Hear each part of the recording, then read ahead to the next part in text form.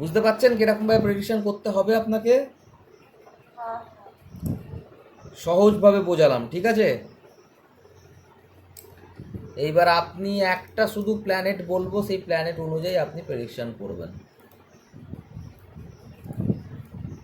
চলুন আপনার লগ্ন নিয়ে আসি।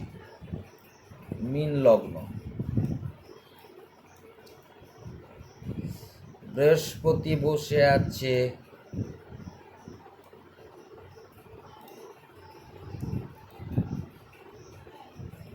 পঞ্চমে। বলুন, শুধু একটা প্ল্যানেট দিয়ে বলুন কি বলবেন একে, বলুন তাড়াতাড়ি। আহ,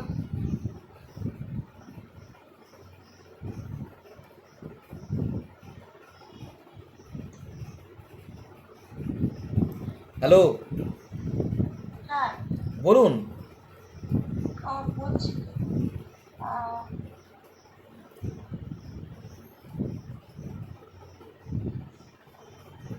এর হচ্ছে মানে না না না, ওর এর ফের না, আগে বলুন একটা নিয়ম মেনে।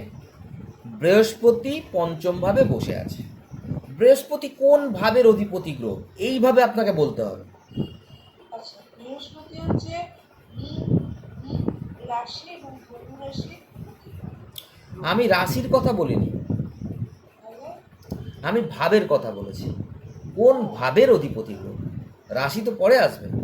আপনি প্রত্যেকটা ক্ষেত্রেই রাশি রাশি, মানে আপনি ওই লাল কিতাবটা শেখার পর থেকে আপনি ওইটাকে আর মাথা থেকে মানে মেটাতে পারছেন না, যে কারণে আপনার সব ক্ষেত্রে ওই ব্যাপারটাই চলে আসছে।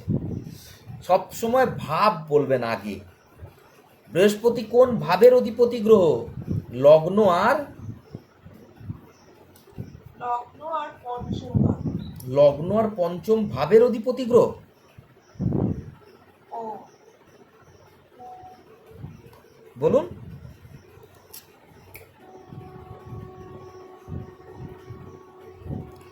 কোন ভাবের অধিপতি গ্রহ বৃহস্পতি? তো বলতে পারছি না। কেন? আপনার লগ্ন কোনটা? লগ্নটা মীন লগ্ন। তো মীন লগ্নের ক্ষেত্রে বৃহস্পতি কোন ভাবের অধিপতি? ফার্স্ট হাউসের অধিপতি। আর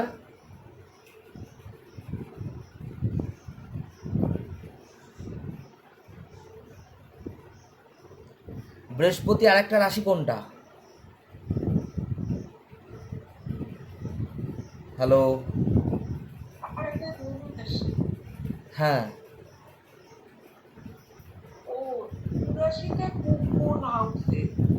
আচ্ছা। ও এতক্ষণ বাদে বুঝতে পারলেন আপনি? আমি বলছি কোন ভাবের অধিপতি, কোন ভাবের অধিপতি, কোন ভাবের প্ল্যানেট, কোন ভাবের নাইনথ হাউস করে আছে। ও কোন ভাবের অধিপতি। মানে ফার্স্ট হাউসের অধিপতি আর নাইনথ হাউসের অধিপতি। ভালো করে গুনুন। হ্যাঁ হ্যাঁ, ফার্স্ট হাউসের অধিপতি আর নাইনথ হাউসের অধিপতি। এটা ফার্স্ট হাউস আর এটা হলো সেভেন্থ হাউস। হ্যাঁ, সেভেন্থ হাউস কি? কন্যা রাশি, তাই তো? এইটা হলো এইট হাউস। এইট হাউস কি বলুন? এটা এইট হাউস হচ্ছে বৃশ্চিক। এইট হাউস বৃশ্চিক। এইট হাউস হচ্ছে তুলা। নাইন্থ হাউস কি রাশি? মন রাশিতে টেন্থ হাউসের অধিপতি। বাপ রে বাপ, কত পরে আপনি বললেন, তাও এত কিছু ভাবে বোঝানোর পর। না, আমার গুলিয়েছে। কি গোলাচ্ছে আমি তো সেটাই বুঝতে পারছি না। আপনার ভাব অধিপতি এটাই যদি আপনি না বলতে পারেন তাহলে কি করে হবে? বৃহস্পতি কোন ভাবের অধিপতি? ফার্স্ট হাউস আর টেন্থ হাউস। এই তো ফিফথ হাউসে বসে আছে। বলুন সে এবার। ফিফথ হাউসে বসে আছে। হ্যাঁ।